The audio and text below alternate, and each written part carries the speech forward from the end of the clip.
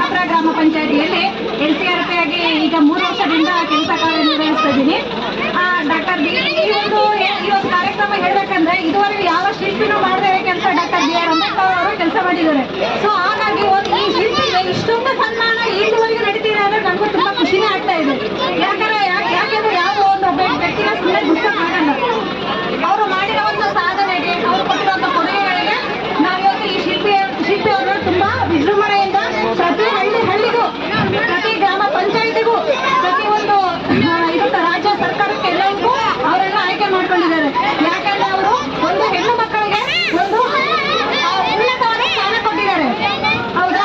ಒಂದು ವಿಷಯ ಹೇಳ್ಬೇಕಂದ್ರೆ ಪ್ರೆಗ್ನೆಂಟ್ ಇರೋ ಒಂದು ಲೇಡಿಗೆ ನ್ಯಾಯಾಲಯದಲ್ಲಿ ಅವಳು ಯಾವುದೋ ಒಂದು ತಪ್ಪು ಮಾಡಿದ್ರೆ ಅವಳಿಗೆ ತಪ್ಪು ಮಾಡಿದಾಗ ಅವಳಿಗೆ ಉರಿ ಶಿಕ್ಷೆ ಇರುತ್ತೆ.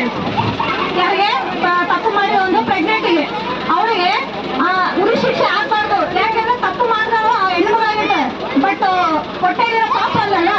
ಸೊ ಆಗ ಸಂವಿಧಾನ ಶಿಲ್ಪಿ ಅವ್ರು ಏನ್ ಹೇಳಿದ್ರಂದ್ರೆ, ಈ ಪಾಪು ಆಕೆ ಪ್ರೆಗ್ನೆಂಟ್ ಇದ್ದಾಳೆ, ತಪ್ಪು ಮಾಡ್ದಾಗ ಹಾಕಿದ್ರೆ ಪಾಪನ ಸಾಯಿಸೋದು ನಮ್ ತಪ್ಪು. ಸೊ ಹಾಗಾಗಿ ನಾವೇನ್ ಮಾಡ್ಬೇಕಂದ್ರೆ ಆಕೆಗೆ 12 ಪಾಪು ಡೆಲಿವರಿ ಆದ್ಮೇಲೆ 12 ವರ್ಷದವರೆಗೂ ಯಾವುದೇ ಒಂದು ನ್ಯಾಯಾಲಯವು ಆಕೆ ಉರಿ ಶಿಕ್ಷೆ ಕೊಡಬಾರ್ದು ಅಂತ ಹೇಳಿದ್ರು. ಸೊ ಆ ಒಂದು ವಿಷಯ ನನಗೆ ತುಂಬಾ ಖುಷಿ ಪಡುತ್ತೆ. ತಪ್ಪು ಮಾಡಿದ ಒಬ್ಬರ ಆದ್ರೆ ಶಿಕ್ಷೆ ಇನ್ನೊಬ್ರು ಯಾಕಬಾರ್ದಲ್ಲ. ಸೊ ಆ ಒಂದು ನ್ಯಾಯ, ಆ ಒಂದು ನೀತಿಯನ್ನು ನಮ್ಮ ಅಂಬೇಡ್ಕರ್ ಅವರು ಆಗಿನ ಇದರಲ್ಲೇ ಬರೆದು ಹೋಗಿದ್ದಾರೆ, ಸಂವಿಧಾನ ಪುಟದಲ್ಲೇ ಬರೆದಿದ್ದಾರೆ. ಸೊ ಹೀಗಾಗಿ ಅವರು ಒಂದು ಜಾತ್ಯತೀತ ಆಗಿರ್ಬೋದು, ಭೇದ ಭಾವ ಆಗಿರ್ಬೋದು, ಇನ್ನ ಉಳಿದಂತ ಬೇರೆ ಬೇರೆಂತ ಕೆಲಸಗಳ ಕಾರ್ಯಗಳನ್ನು ನಿರ್ವಹಿಸಿ ಅವರಿಗೆ ಈ ಒಂದು ಸನ್ಮಾನ ನೀಡ್ತಿರೋದು ತುಂಬಾ ಖುಷಿ ಆಗುತ್ತೆ ಅಂತ ನಾನು ಎಲ್ಲರ ಪ್ರಕಾರ ಹೇಳ್ತಿದ್ದೇನೆ. ಅದೆಲ್ಲ ಅಮರಾಪುರ ಗ್ರಾಮ ಪಂಚಾಯತಿಗೆ ಬಂದಿರೋದು ತುಂಬಾ ಖುಷಿ ಆಗ್ತಾ ಇದೆ.